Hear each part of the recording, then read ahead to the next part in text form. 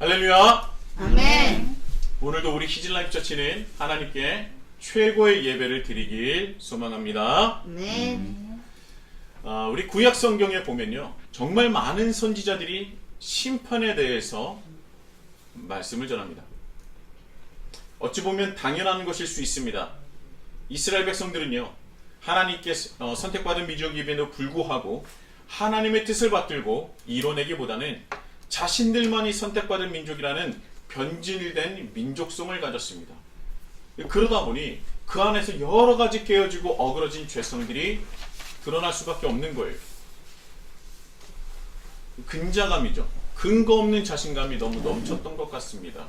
물론 하나님께서 선택받은 먼저 선택받은 민족이라는 그런 자부심은 있을 수 있어요. 그러나 그것들이 어떻게 변질되느냐? 오직 구원은 우리에게만 있다. 이방인들이 구원받으려면 어떻게 돼야 된다? 너희들이 이스라엘, 우리 민족이 되어야 된다. 우리 이스라엘 민족 이외에는 구원이 없다. 뭐 이런 식으로 그 민족성이, 정체성이 변질되고 왜곡되고 이상하게 확장된 것입니다. 그런데 그러면 믿기라도 잘하지. 구약 성경에 보면 이스라엘 백성들은 하나님을 제대로 섬기고 믿지 않았음을 우리는 잘 알고 있습니다. 잘 믿었을 때도 있죠. 때로는 시험에 들어서 우리가 죄에 빠져서 하나님을 섬기는 걸 멀리할 때도 있을 겁니다. 그러면 다시 돌아와야 하는데, 돌아오는 것도 웬걸? 돌아와서 언제 그랬냐는 듯이 다시 이전보다 훨씬 더 우상 숭배와 자기 욕심과 죄에 빠져 있는 이스라엘 백성들을 쉽게 볼 수 있습니다. 이 변질된 민족적인 그 민족 정체성을 가지고 있는데 거기에 하나님을 잘 믿지도 않아요. 그래서 이스라엘 백성들을 통해서 세상은 하나님을 믿고 하나님을 경험하기보다는 오히려 하나님의 이름이 더럽혀지고 업신여김을 당했던 겁니다. 그게 무엇입니까? 바로 고대 근동시대에 이스라엘 백성들이 이방 나라로 하여금 철저하게 무너지고 짓밟히지 않았습니까? 그 시절에는요, 그 시대는 나라와 나라와의 전쟁이 나라와 나라와의 전쟁뿐만 아니라 그 나라가 섬기고 있는 신과 침략하는 신과 이 신과 신의 싸움이라고 생각을 했기 때문에 철저하게 무너졌습니다. 이 세상을 창조하신 오직 유일하신 하나님이 하나님께서 선택하신 그 민족, 그 이스라엘 백성들로 인해서 더욱더 아파하고 힘들어하고 굉장히 괴로워하셨습니다. 믿는 것도 잘 못했어요. 이스라엘 백성들은요, 믿는 것조차 제대로 하지 않았습니다. 온갖 이방신들을 하나님과 함께 섬기질 않나, 함께 제사를 드리질 않나, 나중에는요, 하나님을 전쟁에 속한 신이라고만 생각해서 전쟁 때 필요한 신으로서 하나님을 생각하고 전쟁 때 제사를 드리는 그런 신만으로 섬겼었던 그런 기록들이 후기 남유다 시절에 기록들이 나옵니다. 자신의 민족을 출애굽을 시키며 젖과 꿀이 흐르는 그 가나안 땅에 정착시키시며 그리고 하나님 나라를 확장하기를 원하셨던 그 하나님을 전쟁의 신으로 전락시킨 겁니다. 그 존재가 누구냐? 그 사람들이 누구냐? 그 민족이 누구냐? 자신이 하나님께 선택받았다고 생각했었던 그 민족 이스라엘 백성이라는 것이죠. 그렇기 때문에 이 성경을 보면요, 얼마나 이스라엘 백성들을 향해서 심판의 말씀을 전하는지 모릅니다. 경고합니다. 이스라엘 백성들을 향해서, 이스라엘 왕을 향해서, 수많은 그 사람들을 향해서 선지자들이 나와서 경고하는 거예요. 심판을 말합니다. 엘리야도 마찬가지였고요. 구약 성경의 선지자는 거의 대부분 이스라엘 심판을 얘기하고 있어요. 이사야, 예레미야, 에스겔, 다니엘, 호세와 요엘, 아모스, 오바댜, 미가, 하박국, 스바냐, 학개, 스가랴, 말라기 모두 다 이스라엘 심판을 말하고 있습니다. 물론 회복할 것이고 하나님께서 무너진 다윗의 장막을 다시 세우고 다시 시작하리라 메시아를 통해서 다시 시작하리라 말씀하셨지만 분명한 건 이스라엘 백성을 향한 심판이 분명히 있었다는 겁니다. 하나님께 선택받은 민족이었고 이 세상에 그 누구보다도 하나님을 가장 잘 알았고 또 하나님을 믿고 있다는 그 민족, 그 이스라엘 백성이 심판의 경고를 받았고 결국은 심판을 받은 것 아니겠습니까? 그래서 여러분 생각해 보세요. 그 심판의 말씀을 전하는 그 선지자들은 그 이스라엘 백성들에게 환대를 받았겠습니까? 환대를 받았을까요? 어땠을까요? 한대를 안 말았어요. 네, 환대받지 못했어요. 맞기도 하고요. 갇히기도 하고요. 하물며 죽기까지 합니다.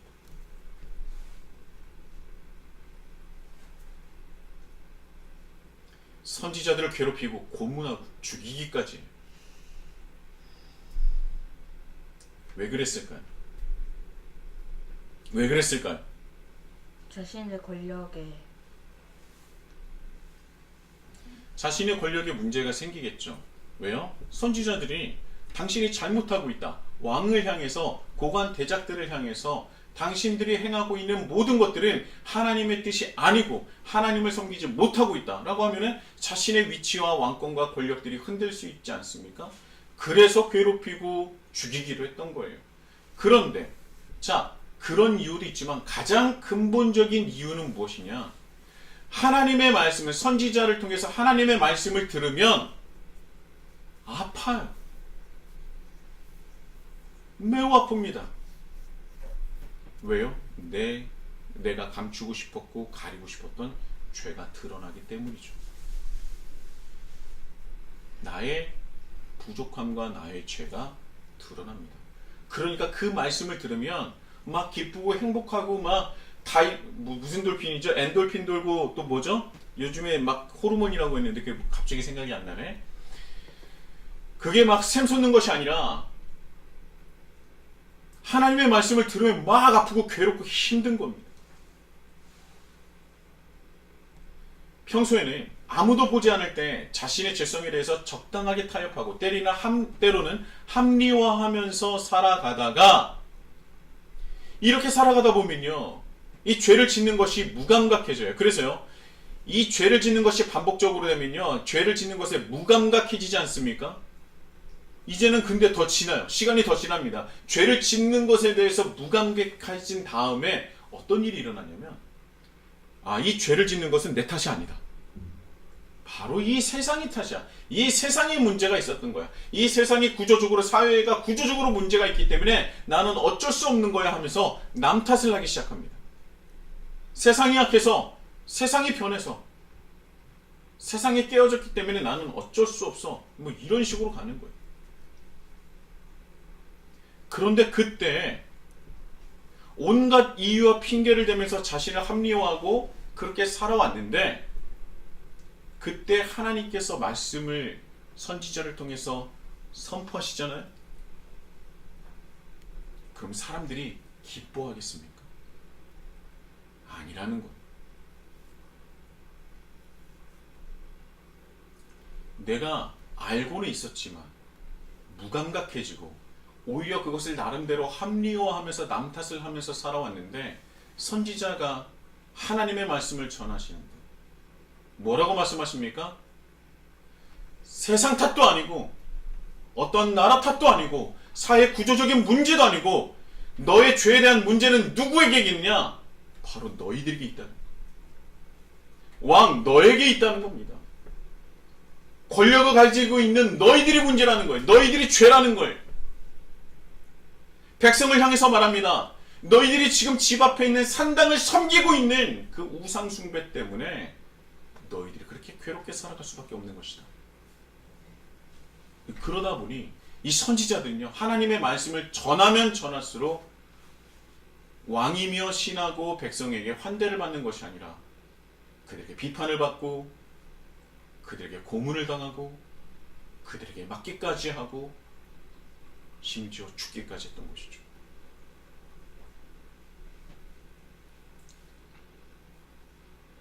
그래서 성경에 나와 있는 그래도 하나님의 말씀을 받아들이는 사람들은 어떠한 모습을 취하는지 아십니까? 하나님의 말씀을 들었더니 너무 아파요. 너무 괴롭습니다. 내 자신 스스로가 너무나 부끄러워집니다. 그래서 무릎 꿇고 우는 거예요. 선지자를 통한 하나님의 말씀이 선포되면요, 두 부류로 나뉘어요. 눈물로 회개하여 가슴을 두드리고 겉옷을 찢으며 머리에 죄를 뿌리는 이들과 그 말씀을 전하는 선지자들을 가짜로 매도하면서 괴롭히고 쫓아내고 무시하고 죽이기까지 하는 사람, 이 두 부류로 나누게 됩니다. 하나님의 말씀은요, 죄인인 우리가 들으면 당연히 아프고 괴롭고 고통스러울 수밖에 없습니다. 그것이 정상이에요. 하나님의 말씀을 들으면요, 당연히 내 마음속에 거리끼는 것이 생길 수밖에 없는 거예요. 왜냐? 나는 죄인이기 때문에. 이제까지 하나님의 사람으로서 살아가지 못했기 때문에, 이제까지 내가 나를 위해서만 살아왔기 때문에 하나님의 말씀을 들으면 나의 부족함과 연약함과 죄가 낱낱이 드러날 수밖에 없습니다. 아, 내 삶이 잘못되었던 거구나. 내가 이제까지 세상이 그래서 사회 구조적인 문제가 있어서 남 탓을 하며 적당하게 타협하고 그렇게 합리화하면서 살아왔는데, 내가 이제는 합리화하며 적당하게 숨을 수가 없구나. 하나님 앞에 나의 민낯이 낱낱이 드러나게 되는 겁니다. 하나님의 말씀이 그래요. 하나님의 말씀을 들었을 때 당당할 수 있는 존재는 뭐 예수님뿐이 아니겠습니까? 그러니까 본질적으로 하나님의 말씀은 인간이 들었을 때 가슴이 아프고 고통스럽고 부끄러울 수밖에 없는 거예요. 하나님의 말씀이 원래 그렇습니다.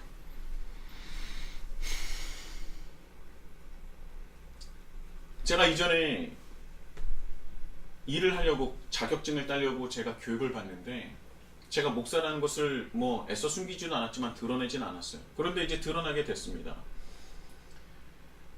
그래서 사람들이 와서 교육을 받는데 이래저래 밥을 먹으면서 이런저런 얘기를 하는 거예요. 근데 대부분의 사람들이 뭐라고 얘기하냐면, 교회를 가서 자기가 원래 절을 다녔는데 이 교회를 선택했다는 거예요.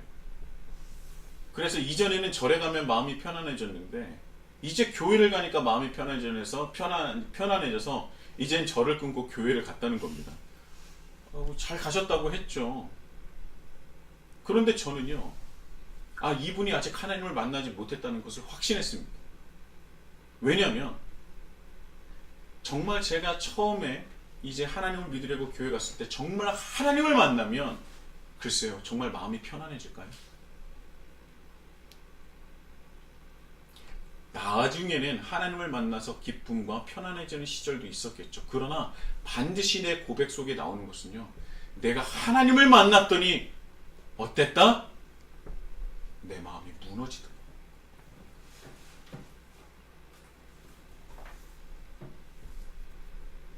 내가 수십 년 동안 살아왔던 내 삶이 부끄러워지더라.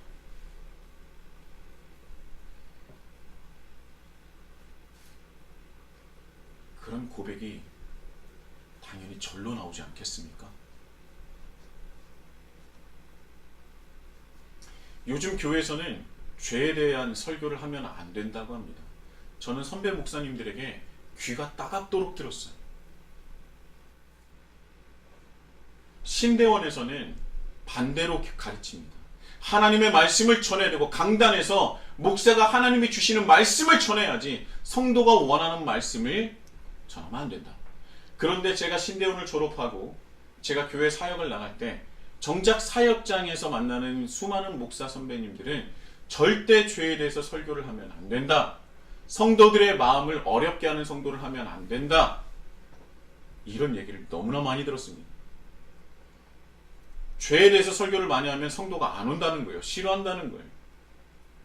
죄에 대해서 설교를 하면 은혜가 안 된다는 성도들이 많기 때문에, 그런 것을 싫어하는 성도가 많기 때문에 하면 안 된다는 거예요.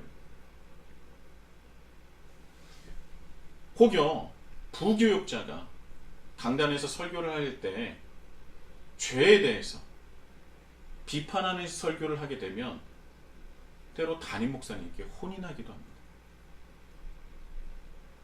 왜요? 성도가 싫어하니까. 그리고 담임 목사님이 봤을 때 그런 설교는 부목사가 아니라 내가 해야 되는 설교라고 합니다. 그래서 함부로 그런 설교 못합니다.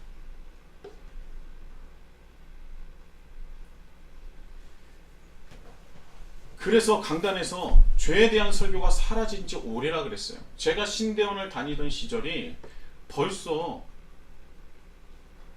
20년 가까우지 않습니까? 그런데 그때도 벌써 10여 년 전부터 강단에서 죄에 대한 설교를 하지 못한다는 얘기가 있었는데 벌써 아직까지도 그렇다는 거예요. 그러면 정말 몇십 년이 지난 겁니까?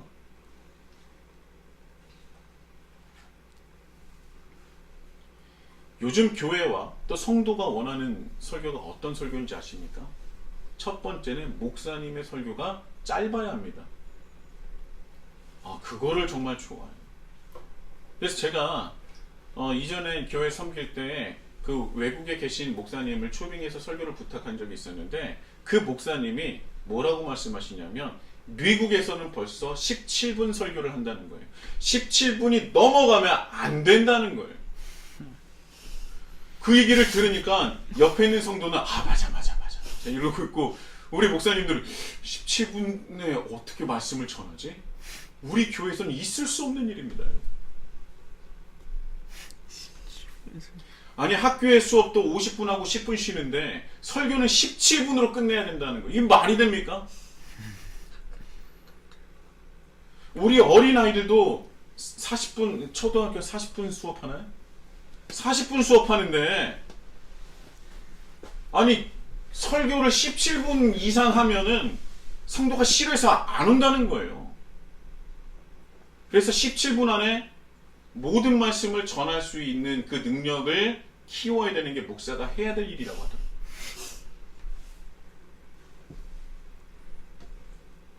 그러니까 요즘 교회가 성도가 원하는 목사의 설교가 뭐냐?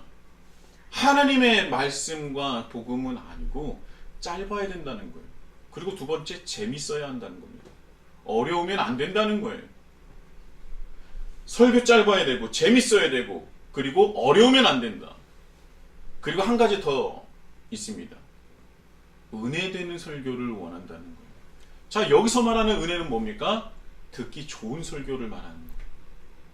여러분의 아픔을 공감하고 위로해주고 다 잘 될 거라고, 하나님이 여러분과 함께 하신다고, 모든 문제를 하나님께서 해결해 주실 것이라고, 자녀도 잘 되고 여러분 건강할 것이고 모든 것은 다 하나님의 은혜로서 다 여러분 잘 될 겁니다. 물론 이런 말씀도 필요하다고 생각을 해요. 그런데요, 이것은 복음의 아주 구체적이고 본질적인 핵심적인 말씀이 아닙니다. 다시 한번 말씀드리지만 성경에 나오는 수많은 선지자들의 말씀은 다 잘 될 겁니다. 평화로다, 평화로다.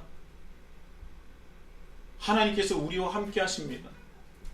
적이 우리를 위협하는 이방 나라들은 절대 우리를 침략하고 우리가 망할 수 없습니다. 하나님이 우리와 함께 하시기 때문에. 자, 그런 말을 했었던 사람들이 성경에 뭐라고 합니까? 거짓 선지자라고 얘기해요. 예레미야가 뭐라고 했어요? 반드시 남유다는 멸망할 것이다. 성전이 파괴될 것이다. 우리 민족은 70년 동안 포로로 생활을 해야 될 것이다. 평화로다, 평화로다 얘기하지 말라, 이 거짓 선지자들이. 그리고 나서 딱이 맞고 옥에 갇히고 죽을 지경에까지 이르게 되는 겁니다.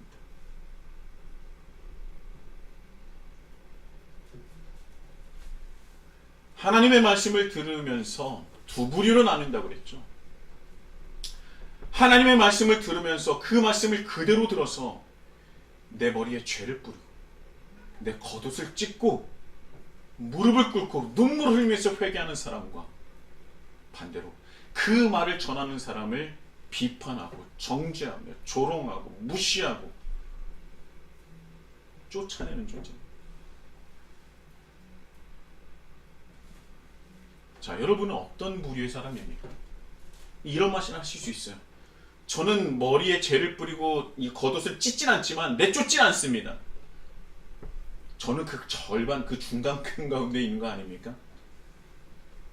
아니요. 성경에 보면 요한계시록에 나오는 7개 교회가 있습니다. 그 7개 교회 중에서 가장 하나님께 책망받는 교회가 라오디게아 교회입니다. 그 교회는요, 뜨겁지도 차갑지도 않습니다. 그 두 부류에도 들어가지 않는 거예요. 회개하지도 않고 쫓아내지도 않고 아무것도 안 하는 그 교회를 두고 하나님은 7개 교회 중에서 가장 큰 책망을 하면서 뭐라고 말씀하시냐? 내가 너를 입에서 토해내리라. 이러지도 않고 저러지도 않은 게 가장 나쁜 거예요.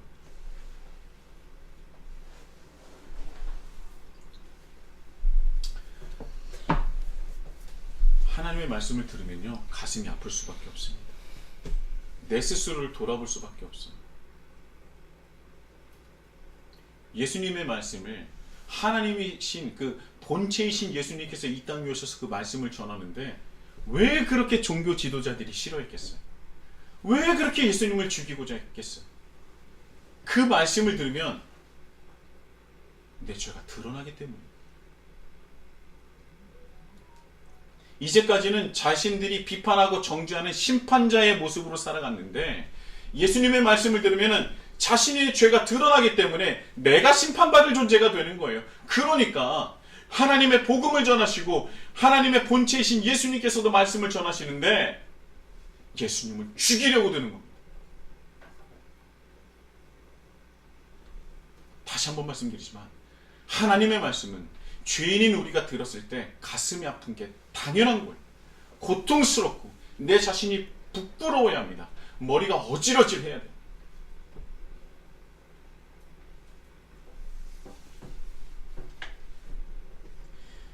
교회 가서 설교를 들으면요, 머리가 아프다는 분이 있었어요. 특히 제 설교를 들으면 머리가 아프다고 합니다. 교회를 가면 마음이 편해야 되는데 머리가 아프대요. 편하지가 않대요. 아주 불편하다는 겁니다. 그래서 저는 그 말씀을 하시는 그 집사님을 향해서 아주 정상입니다, 집사님. 아주 정상이십니다. 제가 보기에는 조금 더 아프면 좋겠어요. 그리고 나중에 아프지 않을 때 그 말씀이 내 말씀이 되고 우리의 말씀이 될 때 아프지만 기쁜 날이 올 겁니다. 새신자가 교회에서 예배를 드리면요, 처음에는 당연히 불편할 수밖에 없어요. 머리가 아파야 정상인 겁니다. 그런데 그 머리가 아픈 것이 끝이 아니라 이제 시작이라는 거예요. 아주 머리도 아프고 불편한 자리였는데 내가 진정으로 예수님을 구주로 받아들이고 복음으로 내가 변화를 받으면, 그리스도인으로 성장하기 시작하면, 내 삶이 변하기 시작하면 나를 통해서 많은 것들이 변화하기 시작합니다. 그것이 하나님 나라 확장되는 거죠. 많은 것들이 변하기 시작해요. 사람들이 내가 변화받은 것 보고 놀랍니다. 그래서 교회 가서 들었었던 수많은 말씀이 머리가 아프고 고통스럽고 괴로웠지만 그 말씀을 통해서 내가 변화받고 성장하고 내가 세상에 나아간다면 나의 변화를 통해서 내가 기뻐하게 돼요. 그리고 내 주위가 나를 통해서 변화하게 됩니다.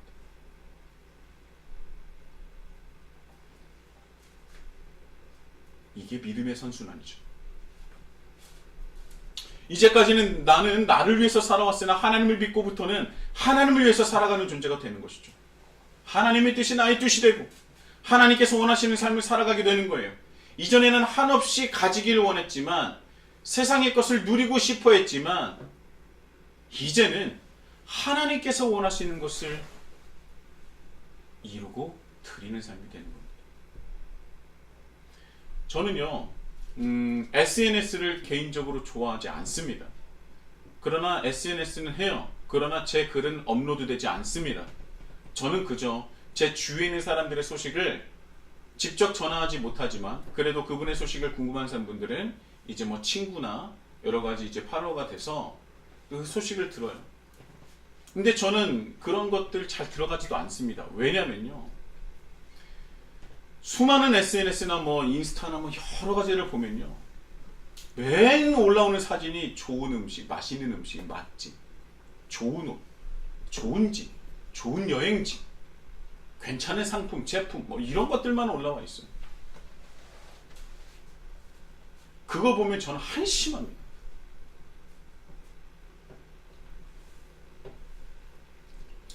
하나님을 믿지 않는 사람들은 그런 거 올리면 괜찮아요. 어떻게, 모르는데 어떻게 하겠어요. 그런데 하나님을 믿는 사람들조차 그런 것만 있습니다. 그러니까 그런 것이 있는 것이 문제가 아니라 그런 것만 있는 것이 문제예요.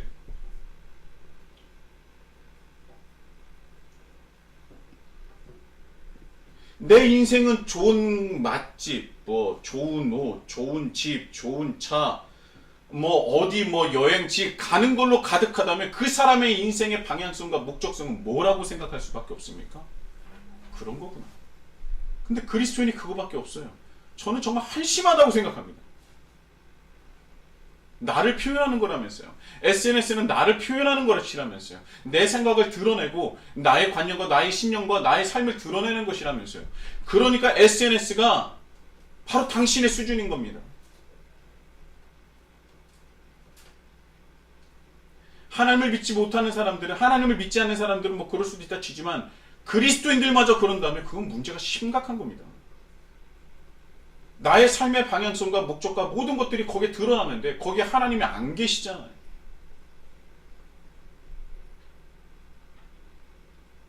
페이스북에 때때로 5년 전 오늘 올렸었던 글 하면서 제가 이제 올렸었던 글이 있더라고요. 돌아보니까 우리 아이들 태어난 때 올렸었던 글하고, 그리고 교회를 개척했을 때 아무도 앉아있지 않는 그 의자들을 찍었었던 그 사진들이 올라왔습니다. 물론 제가 부족해서 업로드할 게 없나 봐요. 하지만 저는 SNS가 나를 드러내는 공간이었다면, 저는 세상적인 것으로 가득 찬 그 SNS는 내 스스로가 그리스도인이 아니라는 것을 드러내는 것 아니겠습니까? 저는 정말 하나님을 믿는 사람은, 정말 하나님을 믿게 된 사람은, 정말 하나님을 경험하게 된 사람은 SNS부터 바뀌게 될 것 같아요. 그 사진들이 바뀌게 될 겁니다. 이제까지 업로드했던 그 사진들은 내가 원하고 내가 좋아했던 것을 올렸다면, 하나님을 믿고 정말 하나님을 따르는 사람이 됐던 사람들은 하나님께서 좋아하실 것, 하나님께서 원하실 것, 하나님께서 기뻐하실 것들을 올리는 사람이 되지 않겠습니까?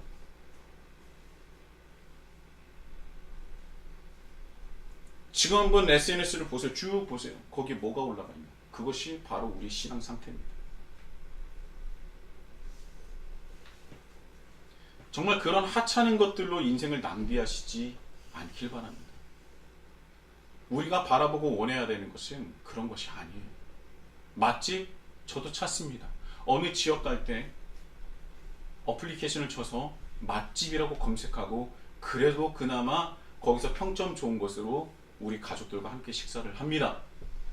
그런 것을 하지 말라는 것이 아니라 우리의 목적과 삶의 목적과 방향성이 어디를 향하고 있는지 SNS를 보라는 것입니다.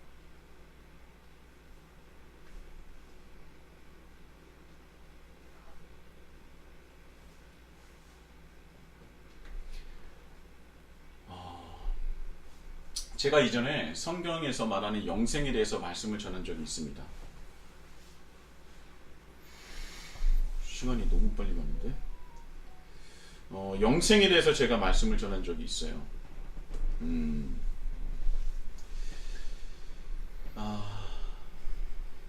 영생이라는 것은요, 한번 잘 들어보세요.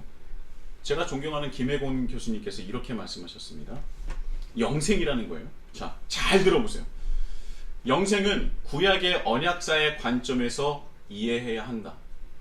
하나님이 주신 기업의 땅 가나안에서 아브라함, 이삭, 야곱의 식탁에 참여하며 함께 사는 것을 의미한다. 영생은 시간이 아니라 관계의 문제다. 영생은 시간의 문제가 아니라 관계의 문제다. 하나님이 주시는 기업에서 언약 공동체를 이루며 형제 자매와 동거하며 연합해 사는 삶이 영생이다. 영원히 지속되는 공동체적 삶이다. 영생은 땅에서 이루어지는 정치 사회적 공동체이며 하나님과 이웃과의 이중적인 언약에 매여 사랑, 인애, 공평, 정의를 추구하는 사회적 삶이다. 성경에서 말하는 영생의 개념은요, 시간이 아니라 관계를 말합니다. 이 모든 것들을 연결해 주시는 분이 예수님이라는 거예요.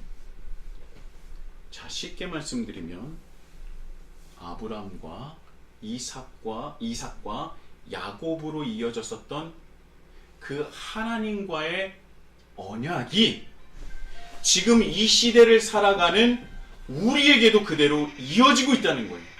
수천 년 전에 이뤘었던 하나님과 그 언약의 관계의 삶이 수천 년 이후에 우리 삶 속에서도 이어진다는 겁니다. 그게 뭐예요? 이게 바로 영생이라는 거예요. 아시겠습니까? 성경에서 말하는 영생은 시간적인 개념으로서 내가 영원히 사는 것, 뭐 그런 것도 있겠죠. 하지만 성경에서 말하는 영생의 그 본질은 무엇이냐? 아브라함 언약, 하나님께서 아브라함을 찾아서 언약을 맺으셨는데 그 언약이 이삭과 야곱으로 이어졌는데요. 이 언약이 어디로까지 이어지고 있어요? 지금 우리에게까지 이어진다는 거예요. 그게 바로 영생의 삶이라는 겁니다. 하나님의 뜻이 한 번도 꺾이지 않고 변하지 않고 변질되지 않고 끊이지 않고 지금 수천 년이 지난 지금에도 연결되고 있는 거예요. 이어지고 있는 거예요. 그것이 영생의 삶이라는 겁니다. 그것이 바로 공동체라는 거예요. 아브라함과 이삭과 야곱의 그 식탁에 참여하는 것, 그들이 앉아서 연합하여 동거하며 선을 이루며 하나님의 뜻을 이루는 그 식탁에 내가 참여하는 것, 그것이 영생이라는 겁니다. 죽어서 천국 가서 정말 지리지리하고 지루한 그 삶을 살아가는 것이 영생이 아니라 아브라함과 이삭과 야곱의 식탁에 참여하는 그 삶이 하나님께서 우리에게 약속하신 영생이라는 겁니다. 그것이 영생이에요.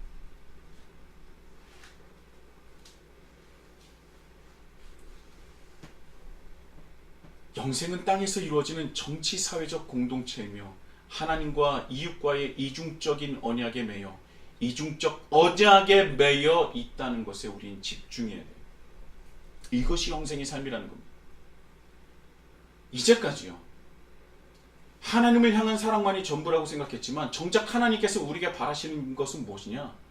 하나님과 나, 그리고 하나님과 나 사이의 사랑, 그리고 더 나아가서 나와 이웃과의 관계까지 그것을 언약으로 보시고 그것을 영생의 삶이라고 말씀하시는 거예요. 예수님께서 말씀하셨습니다. 요한복음 13장 34절, 새 계명을 너희에게 주노니 서로 사랑하라. 내가 너희를 사랑한 것 같이 너희도 서로 사랑하라. 제가 잘 이해한 건지 모르겠는데 잘 이해하시면 됩니다. 내가 시리를 껐는데 시리가 갑자기 시리가 이해하지 못하면 여러분은 이해하실 수 있어요. 아브라함과 이삭과 야곱, 그리고 우리에게 이어지고 있는 이 영생은 예수님의 십자가로 말미암아 계명으로 확장된 거예요. 새 계명으로 확장된 겁니다. 물론 구약에서도 이웃사랑에 대한 말씀이 있습니다. 그러나 그것을 완전히 잊어버리고 무시하고 외면했었던 이스라엘 백성들 때문에 예수님께서 이 땅에 오셔서 그것을 다시 재확인시켜 주시고 완성해 주신 거예요. 그 계명이라는 것이죠. 지켜내야 할, 반드시 이뤄야 할 계명이라는 겁니다. 그것을 깨닫게 해주신 거예요. 영생은 지리지리하고 지루하면서 야, 그 영생 정말 영원히 살면 뭐하고 사나? 그런 시간적인 개념이 아니라는 거예요. 수천 수만 대에 이어온 단 한 가지의 사명을 이뤄내기 위해서 연합하여 함께하고 공동체로 살아가는 이들의 삶이 영생이라는 거예요. 아브라함과 이삭과 야곱의 식탁에 참여하는 것, 누가요? 우리가. 정말 멋지지 않습니까? 아브라함과 이삭과 야곱과의 그 언약이 이어진 게 끊어진 게 아니라는 거예요. 우리가 그들과 함께 식탁에 함께 앉아서 그 영생의 삶을 이어나가는 것. 너무 멋지지 않습니까? 이것이 바로 영생의 삶이고 이것이 바로 우리가 살아가야 될 이유라는 겁니다. 그저 우리 인생이, 우리 SNS가 우리의 삶을 세상에 드러내고 싶어하는 것들이 음식 사진이 아니라, 좋은 여행지 사진이 아니라 바로 아브라함과 이삭과 야곱과 함께하는 식탁에 있는 그 삶의 사진이어야지 않겠습니까? 뭐 그런 거 하지 말라는 건 아니에요. 하셔도 됩니다. 근데 그것은 우리 인생에 있어서 너무나 작은 부분 아니겠습니까?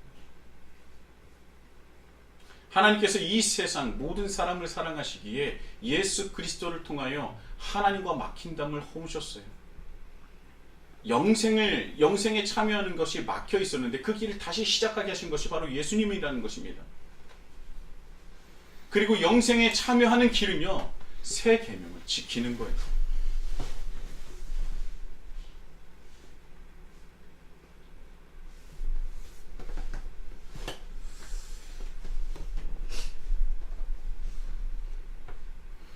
우리 현대 기독교의 문제점 중 가장 심각한 것은요, 복음의 그 믿음을 개인화했다는 겁니다.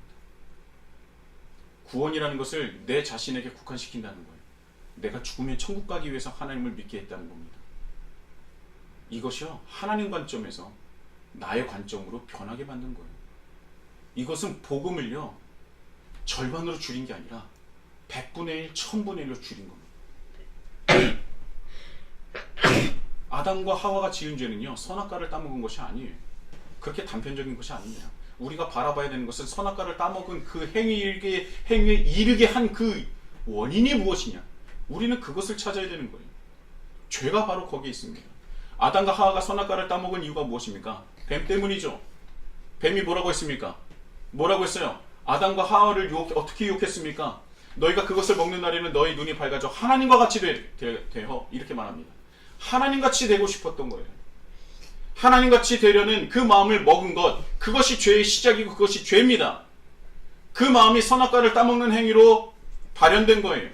우리는 그것을 경계해야 됩니다. 하나님의 관점에서, 하나님의 마음에서 우리의 마음으로, 우리 관점으로 변하는 것, 그것이 죄의 시작인데, 왜 기독교가 공동체를 이루고 영생의 삶을 살아가야 되는데 왜 기독교마저도 그 본질이 내가 믿고 죽어서 천국 가는 걸로 변질됐냐는 거예요. 그건 복음의 정신에 완전히 위배되는 겁니다. 그것은 영생의 삶을 살아갈 수 있는 우리가 그 삶을 살아간다면 나중에 하나님께서 주시는 그냥 선물일 뿐인 거예요. 그것이 복음의 본질이 아닌 겁니다. 우리가 하나님을 믿는 이유가, 본질적인 이유가 죽어서 천국 가기 위함이 아니라 아브라함과 이삭과 야곱의 그 식탁에 참여하는 것이 우리가 하나님을 믿는 이유가 된다는 거예요. 그게 본질이라는 거예요. 그런데 우리는요, 한국교회 문제가, 모든 교회 문제가 거의 그렇습니다. 죽어서 천국 가기 위해서 믿으니까 사람들이 그 안에서 또 개인화되고 이기적으로 변화되지 않는 거예요. 공동체는 어디 갔습니까? 아브라함의 식탁은 어디 갔습니까?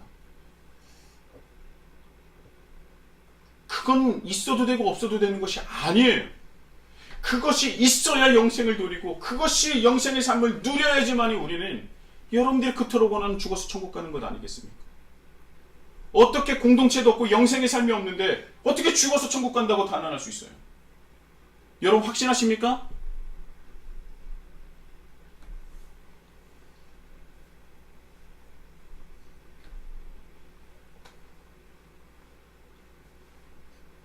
한국교회는요, 영생도 공동체도 연합도 강조하지 않아요.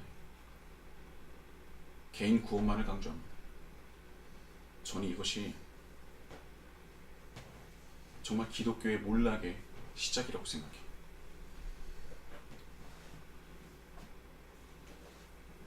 하나님을 믿는 이유는 하나님과의 언약관계로 회복을 말하는 겁니다. 하나님을 믿는 이유요, 우리가 하나님과의 언약관계로 다시 돌아가고자 하는 그거예요. 바로 그것입니다. 아브라함과 이삭과 야곱에게 주어졌었던 그 언약의 식탁에 참여하기를 바라기 때문에 우리는 하나님을 믿게 되는 것입니다.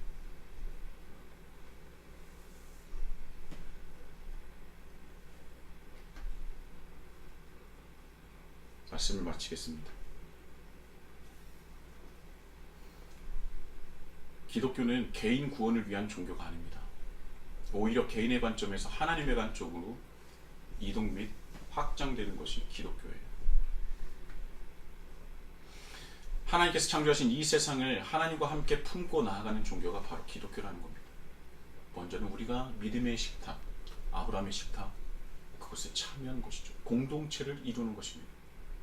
어떻게 해요? 새 계명을 이루면서 우리는 그 공동체의 삶에 그 식탁에 참여할 수 있는 것입니다. 그것을 이루기 위해서 예수님께서 십자가에 못 박혀 돌아가신 것.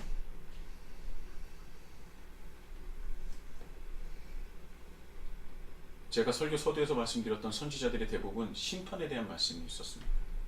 예수님께서도 심판에 대한 말씀을 하시죠. 그러나 이전 선지자들과 예수님과 차이점이 있다면 그것은 무엇이냐면 예수님은 심판을 말씀하시기도 하지만 심판자이기도 하라는 것을 우리는 잊지 말아야 합니다. 선지자들은 심판의 말씀을 전하지만 예수님은 심판의 말씀뿐만 아니라 심판자로서 다시 오실 것을 우리에게 약속하셨어요. 그래서 너희들이 심판받지 않기 위해서 뭐 그렇게 행하라? 그런 말씀이 아닙니다. 반드시 심판은 있을 거예요. 우린 심판대 설 텐데 우리는 어떻게 하나님 앞에 심판대에서 서서 어떤 결과가 나올지 그 아무도 모릅니다.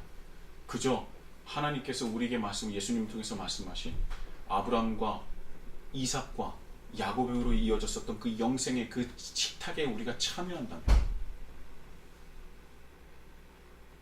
우리는 그저 그 삶을 살아간다면 그리고 그 안에서 하나님 안에서의 참 자유와 기쁨과 은혜와 때로는 고통과 가슴 아픔과 이 수많은 것을 그렇게 겪으면서 살아간다면 먼 나중에 잠자든 자들까지도 죽은 자들까지도 다시 한번 심판을 받을 그때가 될 때 우리는 결과를 하나님 앞에서 당당하게 받을 수 있지 않겠습니까? 그때는 모든 것이 드러나게 될 겁니다. 사랑하는 히즐라이프 형제 자매 여러분, 아브라함과 이삭과 야곱의 식탁에 참여하시길 바랍니다. 그 영생의 삶에 참여하시길 바랍니다. 그것이 바로 기독교고 그것이 바로 하나님 나라 확장일 것입니다. 우리 삶을 변화시키시고 혹이라도 부족한 부분이 있다면 이제라도 하나님을 위한 삶, 하나님 나라를 위한 삶, 하나님의 관점의 삶을 살아가셔서 그 영생의 식탁에 참여하시는 저와 여러분이 되시길 예수님의 이름으로 축복합니다. 아멘.